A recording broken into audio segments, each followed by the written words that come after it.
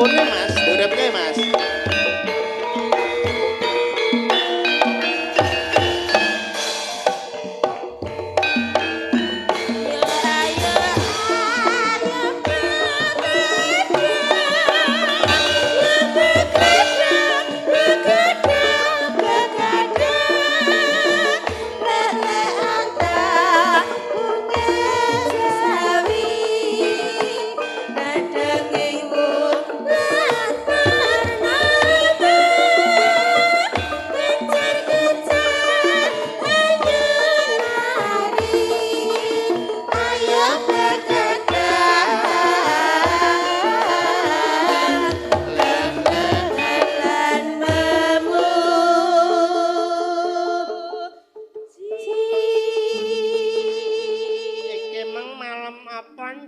Malam Kemis yung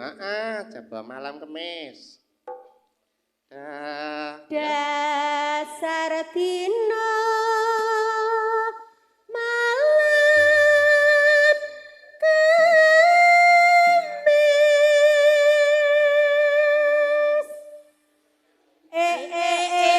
Oh oh oh oh.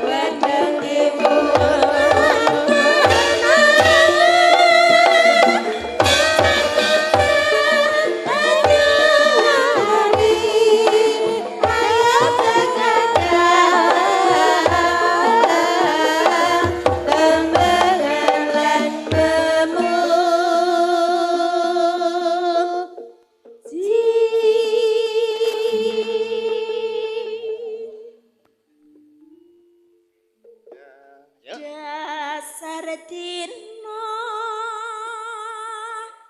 malam Kemis. Iya. Oh oh oh. Oh oh. Ning lagi kaya rina.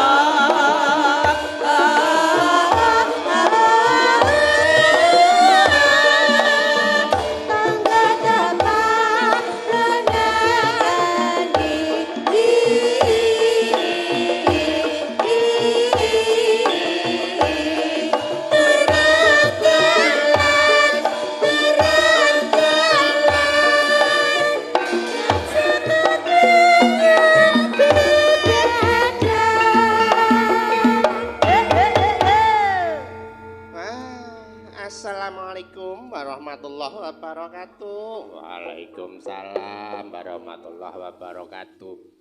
Ya nok muji syukur ya nok ing kalungguhan iki marang panguwasaning Gusti ingkang akarya loka dene kita kabeh maksih pinaringan sehat bagas waras kawiryan kawidadan ora kurang sawiji-wiji ya ngger. Muga-muga nikmat taufik hidayah inayah kabagas warasan lan uga digampilake apa kang dadi urusaning awake dhewe miwah muga-muga tansah pinaringan lubering rejeki ingkang barokah awit saking kersaning Gusti kang akarya loka Allahumma amin. Ya muji ngarsaning Gusti ing kalungguhan iki kanca-kanca komunitas lan ingkang manunggal nyawiji ana ing paguyuban kadang dekat no kadang dekat ya iya Dewan Kabudayan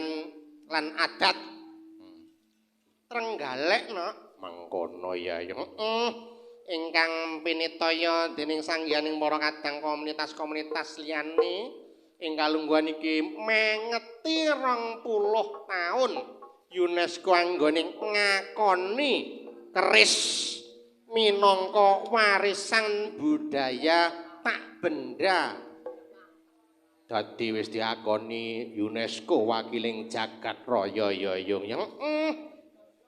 dadi kalungguhan wektu iki wis udakara 20 taun dadi pengetan 20 taun donya lewat badan PBB UNESCO ngakoni keris kerise wong Nuswantara kerise wong Indonesia pirang-pirang gagrak ing tlatah Jawa ya ana ing Mataraman Ngayogyakarta Surakarta uga ing gagrak Madura gagrak Bali gagrak Makassar gagrak sak liya-liyane akeh keris ingkang ana ing Nuswantara rena dapur lan apa kuwi dapur lan rupane mula pirang-pirang seni kabudayan ingkang awujud keris mau diakoni sebagai warisan budaya kok diarani tak benda merga sing diakoni dudu bendane no nanging kabudayaning endah edi lan filosofine keris kuwi dhewe no mangkono ya mula kalungguhan iki anggone gelar pameran keris uga ora keri dipamerake kerise Pak Presiden Prabowo mangkono dipasrahake dikirapake rikala dina Minggu langsung ditampa dening panjenenganipun Bapak Bupati lan Forkopimda ana Pak ana Ketua DPRD lan sak panunggalane mangkono ya ingkang tujuane pancen supaya kalungguhan iki tansah dilestarekake endahing filosofi kang pinandhut ana ing karya anak bangsa ya kuwi ingkang wujud keris mangkono ya yung rikalaning wingi dina Senin dina Selasa dina Selasa dibuka pameran iki diwiwiti kirab budaya pirang-pirang komunitas ana komunitas-komunitas ingkang macak tradisional dikirab wiwit saka ing wewengkon Pasar Pon tumuju ana ing Pendopo kene mangkono disambut tari gambyong lan sak panunggalane pinrang-pirang pangarsa ning komunitas uga rawuh nyekseni lan uga para OPD lan Tan Keri rikala wingi pembukaan Ketua DPRD Mas Dodeng Rahmati. Dene panjenengan Kanjeng Bupati krana panjenengane uzur utawa ana elangan ora kawis tinggal katon namung nampa pasrahing pusakaning Pak Presiden ana ing Pendopo Agung Trenggalek kene mangkono ya mula ayo padha tansah digongake, dileluri lan uga dilestarekake. Syukur bagi dimajokake ananing kabudayan Jawi mligine kabudayan tradisional ingkang minangka jati dirining bangsa ya yung. Mula iku ayo tan kendhat merga bola bali minangka slogan ingkang dipangandikake para priyayi-priyayi luhur namun kuncaraning bangsa kuwi gumantung ana ing luhuring budayane negara-negara maju ya nak kaya dening Jepang, Inggris, Belanda lan sak liya-liyane Prancis kuwi anggone nglestarekake budayane malah luwih dening banget amarga ya iku ingkang minangka pratandha kuncaraning bangsa gumantung ana luhuring kabudayan. Mula kang iku bangsa Indonesia sing akeh budaya seni ingkang dikagunani dening pirang-pirang suku bangsa ingkang manunggal nyawiji ana ing NKRI iki ayo terus dilestarekake, dimajokake, dimancepake ana ing prilaku sak dina-dinane mula ing kono bakal kasembadan minangka kapribadene budaya ingkang berkepribadian budaya ingkang tansah ditindakake lan ndasari apa kang dadi tindak tanduk sadina-dinane nok mangkono ya atur panglipur ngarsaning para rawuh para lenggah kabeh ing kalungguhan iki atur panglipur senajan uga ora kudu rawuh ana ing pendopo Agung Manggala Praja Nugraha uga bisa mirsani ana ing channel YouTube ya ana ing channel YouTube wae dhewe Basuki Singowijaya ana Barata FM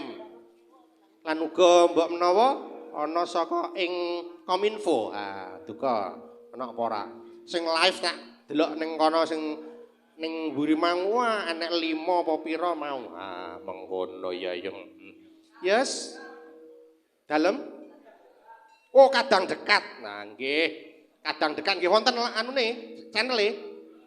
alhamdulillah syukur ha nggih